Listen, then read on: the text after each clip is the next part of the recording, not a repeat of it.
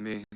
오늘 말씀 47장 48절은 이 블레셋과 모압의 그 멸망에 대한 하나님의 심판에 대한 말씀이 기록되어 있습니다. 그 중에서 오늘은 이 47장의 블레셋의 멸망에 대해서 좀 살펴보고 나누려고 합니다. 이 블레셋은 주전 1200년대에 가나안으로 이주해 온 이 바다 사람들로 알려져 있습니다. 원래 이들은 이집트 해안 지역에 정착하려 했는데 그 람세스 3세에 의해서 쫓겨나게 되었고, 이 가나안의 남쪽 해안 지역에 이제 정착해서 살아왔던 민족입니다. 이들은 이스라엘의 남서쪽에 정착한 이후에 사사 시대 중반 이후부터 이제 끊임없이 이스라엘을 사사건건 괴롭히고 함께 마찰을 일으켰던 그런 적으로 등장을 합니다.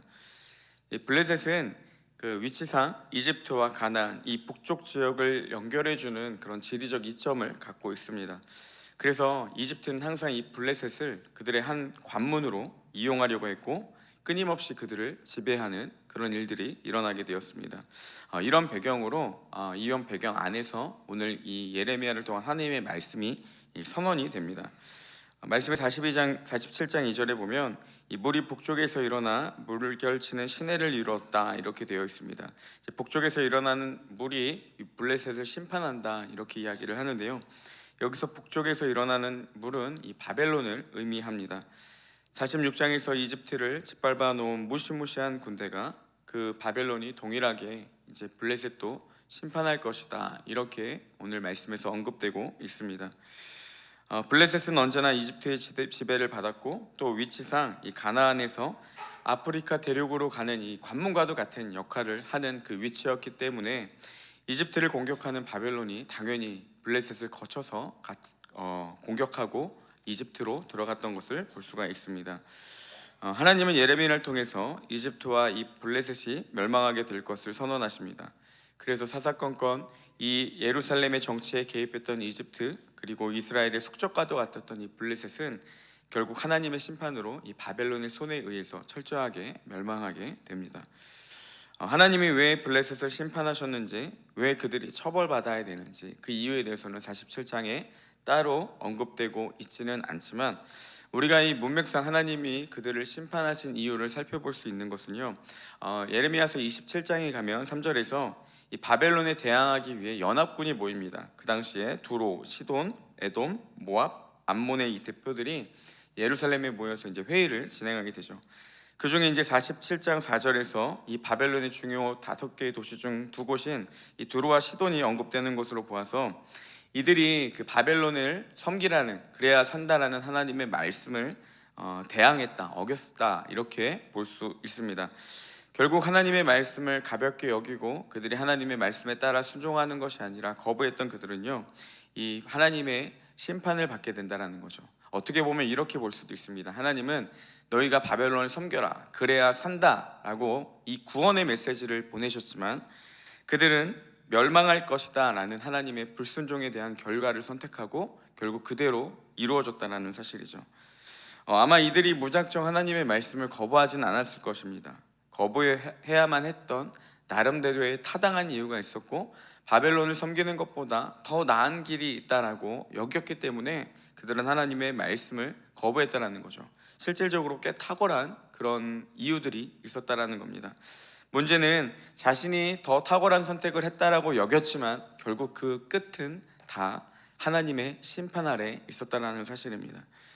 여러분, 우리에게도 종종 이런 일들이 찾아옵니다. 하나님의 말씀이 이해되지 않을 때가 있죠. 그리고 내 선택이 아무리 봐도 내가 원하는 것이, 그리고 내가 생각하는 것이 더 나은 길이라고 여겨질 때가 있다는 거죠.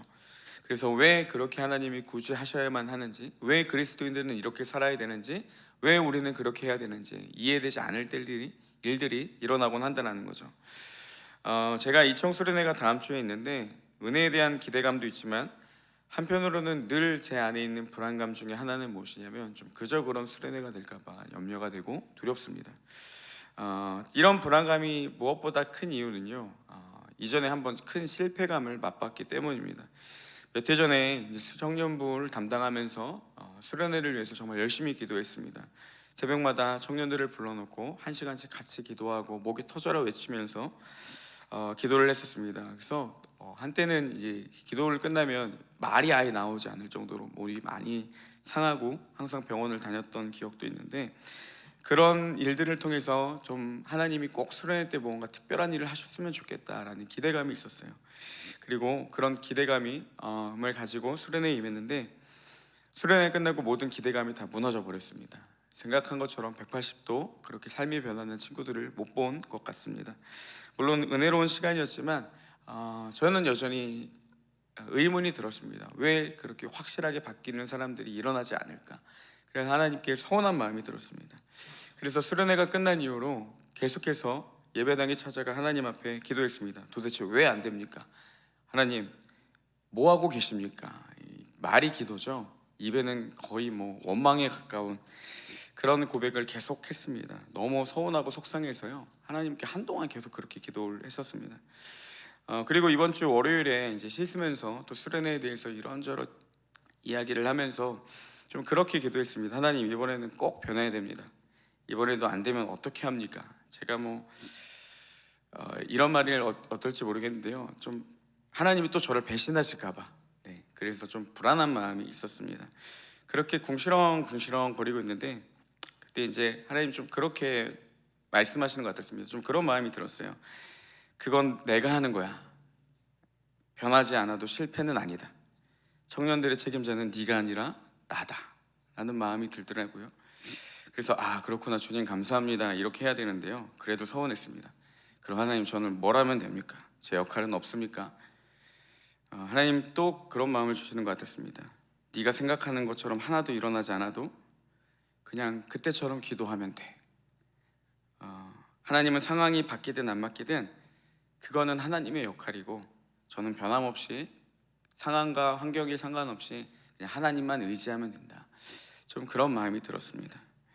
제가 생각하기에 하나님의 일하심은 옳은 결정이 아니라고 여겼습니다. 수련회를 하면 모두 다 뒤집어져야 되고, 무엇을 할 때마다 감동과 감격이 일어나야 되고, 예배 가운데 사람이 변하는 은혜를 누려야 되고, 항상 그런 일들이 일어나야 그것이 하나님의 일이다 라고 여겼는데, 하나님은 마치 제게 그렇게 알려주시는 것 같았어요.